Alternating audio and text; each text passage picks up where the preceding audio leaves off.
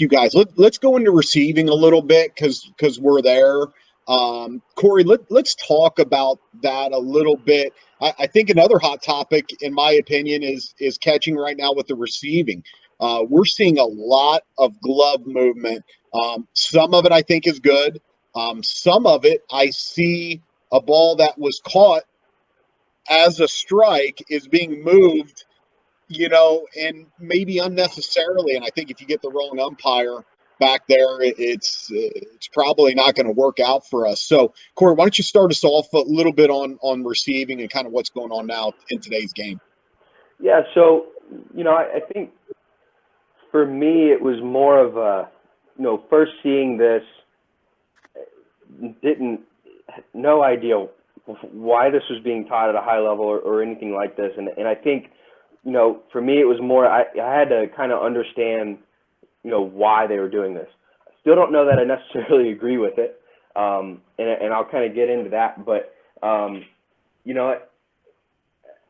understand with a lot of this technology, with stealing strikes and taking a certain called percentage strike to a better percentage strike. I understand the thought process with that.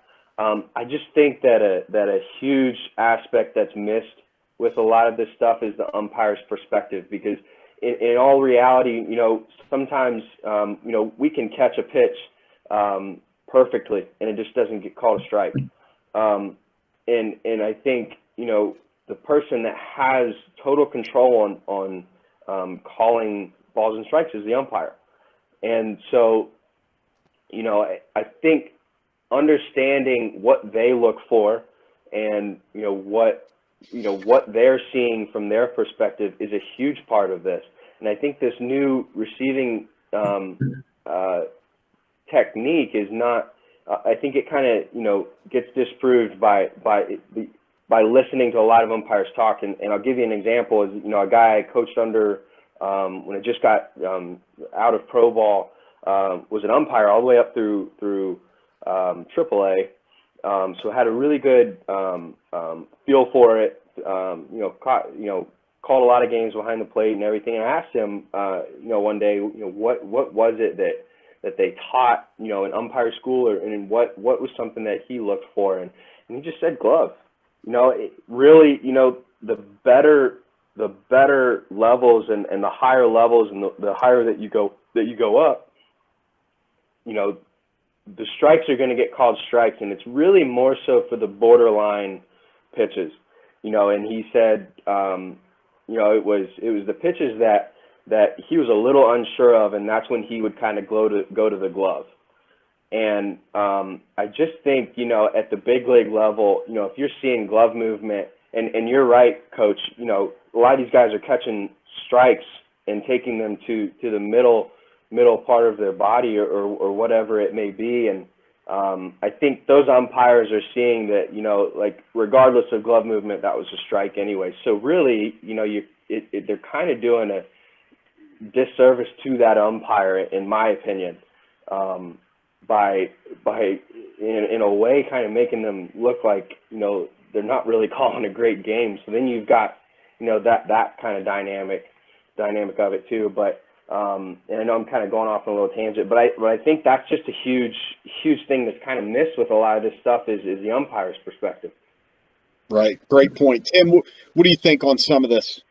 Yeah, no, I mean, I think you hit the nail on the head. I think it's really about the umpire. I'm not going to throw names out or anything like that, but there's been games that we've played and other catchers are catching a horrendous game. Like the glove movement is awful.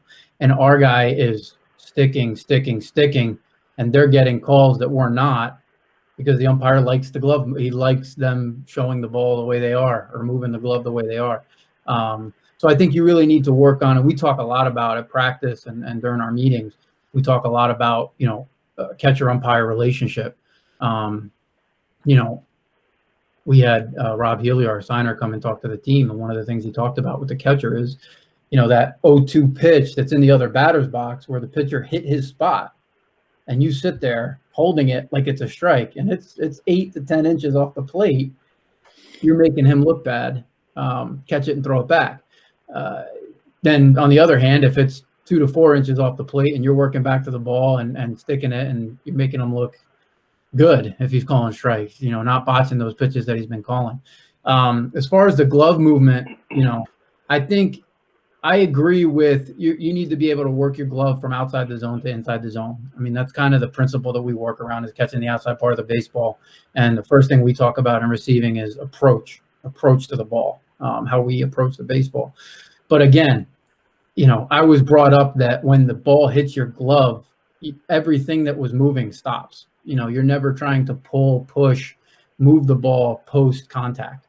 So I've always taught and I always caught with that principle in mind. And I took pride in that. When the ball hit the glove, all my work was done. If I hadn't done it to that point, it wasn't going to look good. It wasn't going to work. Now, with this new way of kind of moving from below the zone and moving your glove up through the zone. Now we do drills that kind of mimic that, but only to teach approach, teach approach from the glove, working outside the zone to the zone and staying outside the movement of the baseball. So I think there's value to it, and we've talked about this before. JT Realmuto with the Phillies, he's one of those guys that when I watch catch, and he used to come work out at Rutgers in the winter and everything. Great guy, really good baseball player, obviously. But when I would watch him catch, he'd be one of those guys. I'm like, wow, that's tough. He's moving his glove a lot all over the zone. And then you look at some of the data analytics and who steals the most strikes, and it's him. He's one of the top guys. So, I think there's value in it. I think you do, maybe by catching the ball that way and the umpire doing what Korey said of, all right, I know that was a lot of glove movement, but that was a strike, so I'm going to call it a strike. Well, maybe you get the ones that aren't strikes because there's, you're catching that the same way you do the ones that are strikes. So there's value in it. Again, I might say this a lot too, Korey, is I'm resistant to get to that point yet. I kind of want to see everything's full circle in baseball.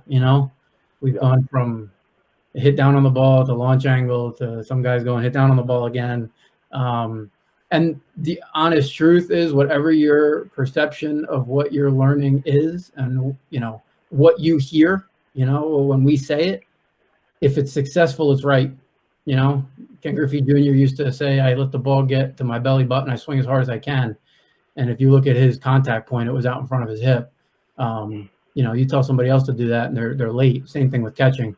If you're telling a guy not to work from outside the zone in and to keep his glove in the zone and work the ball back, and he's missing the ball because his timing's off, maybe that's not the best way for him to catch. So I think over time, you kind of get to a point where find what's successful for that individual catcher and kind of work within that system. But with that said, I'm still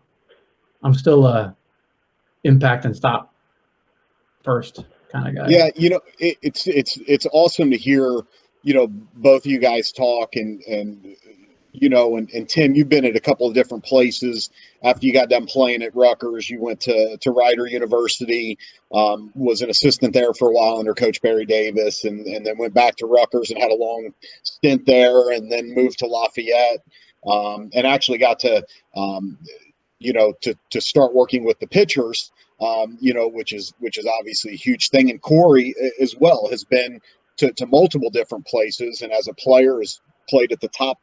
A top 50 Division I program, and then in pro ball. And what I keep hearing from both of you, and I think what all young coaches or young players that are out there listening is that you need to learn the finer aspects of the game first, and then figure out who you are and what maybe works for you better. Because what I'm hearing from both of you is a lot of flexibility, but there's certain non-negotiables. There's certain principles that need to be taken care of first, so that you can then expand into other areas.